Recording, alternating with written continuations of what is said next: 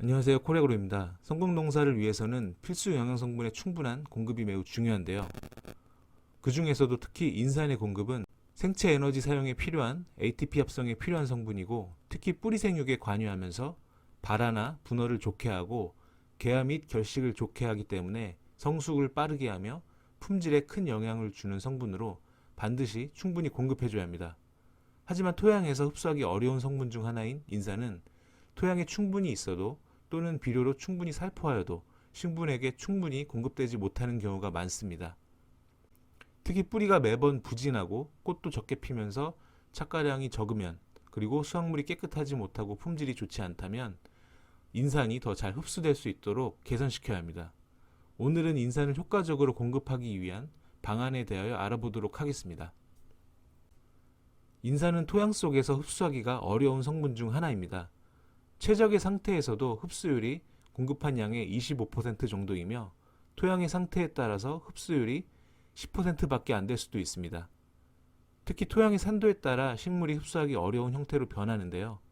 토양 산도가 7 이상으로 높은 경우에는 칼슘과 함께 결합하고, 토양 산도가 5 이하로 낮은 경우에는 인산이나 철, 알루미늄, 망간, 아연 등과 결합하게 됩니다. 이를 인산의 불용화라고 하는데요. 이러한 인산의 불용화로 인해서 토양 속에 아무리 인산을 많이 공급해도 흡수하기가 어렵습니다. 이러한 인산의 불용화 때문에 인산의 경우는 대부분 구용성 인산으로 밑거름으로 시비하게 됩니다.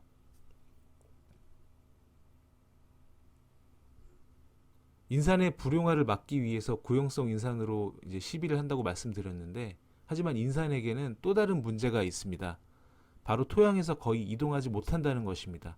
질소와 칼륨이 토양에서 비교적 자유롭게 이동이 가능한 반면, 인산의 경우는 토양에서 이동할 수 있는 거리는 6개월 동안 고작 1에서 2cm에 불과합니다. 그리고 토양에 시비하는 대부분의 고용성 인산은 물에 녹지 못하는데요. 즉, 고용성 인산은 뿌리가 직접 인산으로 닿아서 뿌리의 근산을 통해서 녹여야지만 흡수가 가능해집니다. 한마디로 뿌리가 제대로 뻗지 못하는 경우에는 토양에 인산이 많아도 쉽게 먹을 수가 없습니다.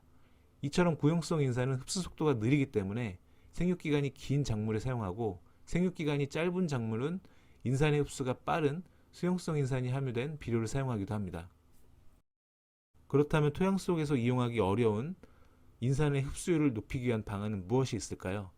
무엇보다 앞에서도 말씀드린 것처럼 토양 산도의 조절이 매우 중요합니다.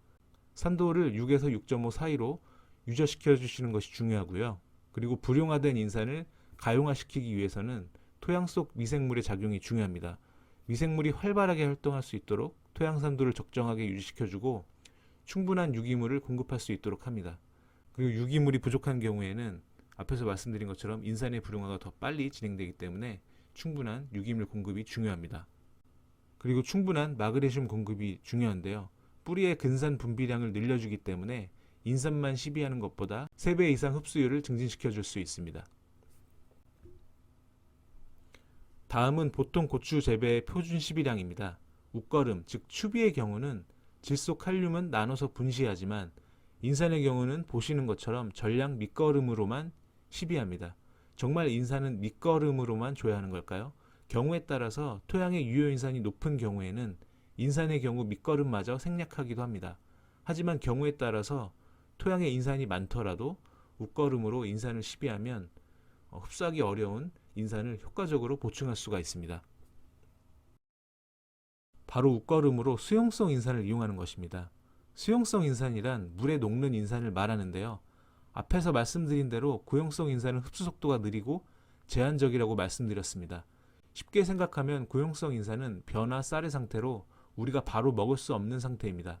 하지만 수용성 인산은 사람이 바로 먹을 수 있는 밥으로 생각하면 좋을 듯한데요. 밥의 경우는 미리미리 하지 않고 먹을 때 바로 밥을 지어서 먹는 것처럼 수용성 인산도 작물이 필요할 때 적재적소에 공급할 수 있습니다. 예를 들면 생육 중 토양 속 인산을 쉽게 흡수할 수 없는 상황이나 뿌리나 수확물의 품질 향상을 위해서 식물이 바로 이용할 수 있도록 수용성 인산을 이용하여 추비로 공급하는 것입니다. 수용성 인산은 언제 공급하면 좋을까요? 우선 정식 후에 초기에 수용성 인산을 공급해 주시면 매우 효과적입니다. 초기에 뿌리를 얼마나 깊게 잘 활짝시키느냐가 성공 농사를 위해 중요하고, 또 인산은 뿌리 발달에 매우 중요한 성분이기에 생육 초기 충분한 인산의 공급이 필요합니다. 하지만 모종의 상태에서는 뿌리의 면적이 매우 좁기 때문에 근산을 분비해서 녹여 먹을 수 있는 인산의 양이 적을 수밖에 없습니다. 이때 뿌리에서 바로 흡수 가능한 수용성 인산을 공급해주면 초기 빠른 뿌리 활착과 뿌리 발달의 효과를 볼 수 있습니다. 생육 초기에 질소가 높은 비료를 살포해서 지상부 생육을 키우는 것보다 이처럼 인산을 수용성으로 빠르게 공급시켜서 뿌리를 먼저 발달시키는 것이 계속되는 생육과 수확물의 수확량과 품질 향상에도 더욱 유리합니다. 다만 이때 인산만 공급하면 초기 생육이 억제될 수 있으니 질소와 칼륨과 함께 함유된 비료를 사용하시는 것이 좋습니다. 관주할 수 없는 경우에는 밑거름 하실 때 엔텍처럼 수용성과 구용성이 함께 함유된 비료를 이용하시는 것도 좋습니다. 다음으로 개화미 수정, 비대 착색기와 같은 생식생장을 하는 시기입니다. 이 시기에는 식물은 이세를 위해서, 즉 열매를 키우기 위하여 뿌리로 많은 양분을 분배하지 않습니다. 즉 이 시기 뿌리는 잘 뻗지 못합니다. 뿌리가 뻗지 못하니 구용성 인산의 뿌리가 도달하지 못하기 때문에 인산의 흡수도 크게 떨어질 수밖에 없습니다. 이때 수용성 인산으로 빠르게 공급시켜주면 뿌리 생육에도 도움이 되고 수확물의 품질에도 효과적입니다. 수용성 인산은 토양 속에서 빠른 불용화로 분명 기비로 전량 공급하기에는 무리가 있습니다. 하지만 생육 전반에 걸쳐서 관주로 공급하면 흡수하기 어려운 인산을 보충해 줌으로써 생육 단계별로 큰 효과를 기대할 수 있습니다. 다만 인산만을 공급하는 것이 아니라 생육 시기, 생육 단계별을 고려하여 질소, 인산, 칼륨을 비율을 다르게 해서 추비로 관주하시면 좋습니다.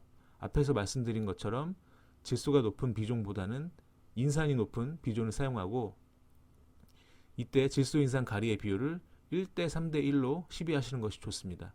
그리고 개화기에는 많은 양분을 필요로 하기 때문에 균형 잡힌 양분 공급으로 질소, 인산, 칼륨의 비율을 1대 1대 1 비료로 공급하는 것이 좋습니다. 그리고 영양생장기에는 많이들 사용하시는 3대 1대 1 비료를 사용하시고, 비대 및 착색기에는 1대 1대 3 비율로 공급해 주시면 효과적입니다. 아직도 내 토양의 인산 함량이 높다고 해서 관주할 때 질소와 칼륨만 들어있는 NK만을 관주하고 계신가요? 유효 인산이 너무 높은 토양이라면 기비로 인산을 생략할 수도 있지만, 토양 속 인산은 다시 한번 말씀드리지만 이용률이 매우 낮습니다. 토양 속 인산 함량이 높더라도 토양 상태나 작황의 상태에 따라서 수용성 인산을 추가로 조금씩 적기에 공급해 주시면 더욱 효과적으로 생육을 증진시킬 수가 있고 수확물의 수량이나 품질 향상을 기대할 수 있습니다. 저희 코리아그로는 여러분의 성공 농사를 기원합니다. 감사합니다.